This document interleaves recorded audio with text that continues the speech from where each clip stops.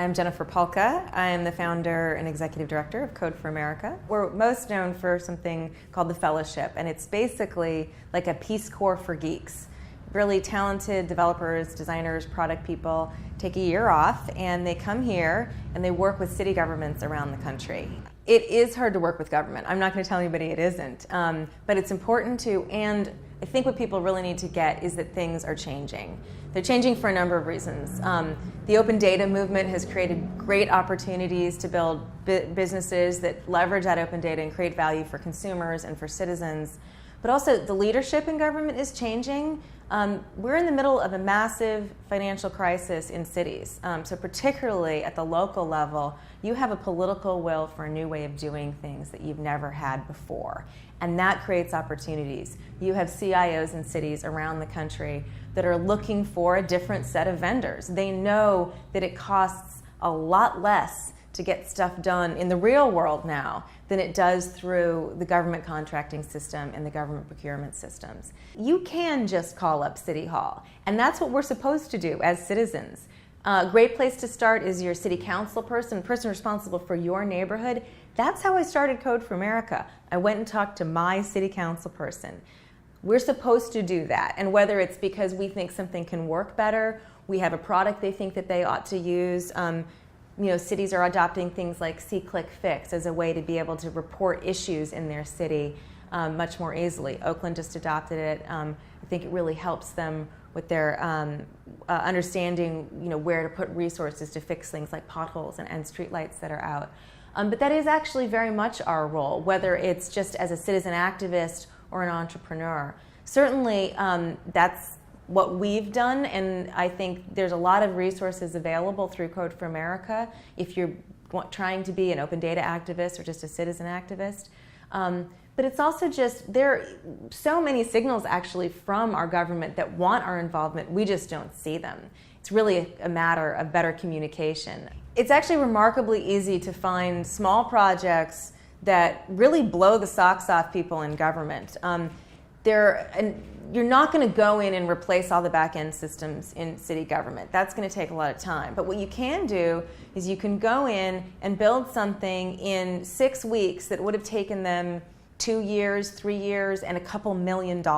We had one project we did in 2.5 months with one guy. It was a really great platform that allowed parents in Boston to figure out which public schools their kids were eligible to attend. Took them 2.5 months. We were told if it had gone through regular channels, it would have taken 2 years and cost $2 million. Now, when you set the bar differently, you realize that there creates this opportunity for people to say, no, I'm not going to do it the other way now. Now it's unacceptable. And because we create, at least through the Fellowship, we create all our applications as open source, we're also providing people in government a way to take advantage of stuff they didn't have to build. They can just adapt it for their use. Yeah, there's a million ways to quote-unquote code for America, and some of them involve working with us and some of them involve doing lots of other things. The number one call I would make to people who read GigaOM would be to think about a business that serves the public sector. Don't be scared off by how terrifying it seems to work with government. It's hard, but it's changing, and we figured out a lot of ways through this. We're a tiny startup, and we've already contracted with 10 cities.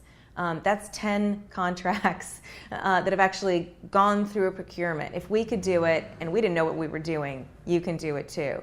But you can Code for America in your spare time. So anybody in any community around the country should be able to think about, what does my city need in terms of civic apps? Do I need a transit app? Would it help if we had a little walking tour of the public art in our cities on our smartphones?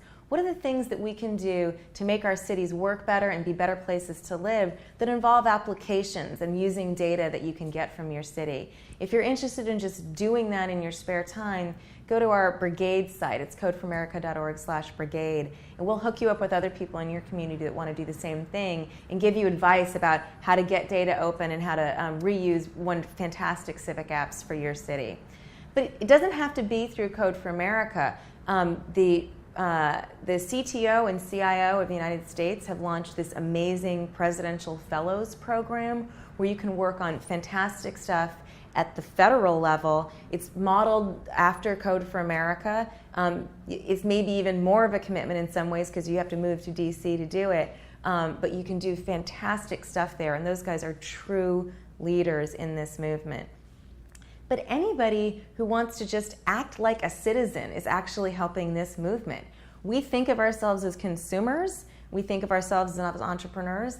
Let's also think of ourselves as actually active participants in this system we call government, instead of just always pushing it away. That might mean going to a planning meeting. That might mean picking up garbage on the street. That might be going to the CIO of your city and asking him or her to open up your data and make it available on a data portal. There's all these ways I think people are waking up to the fact that we can't ignore government. And it's kind of broken, but we can fix it if we get involved. And that might mean millions of things to millions of different people. The point is, whatever you think you're going to do, just do it. Don't overthink it, just do it.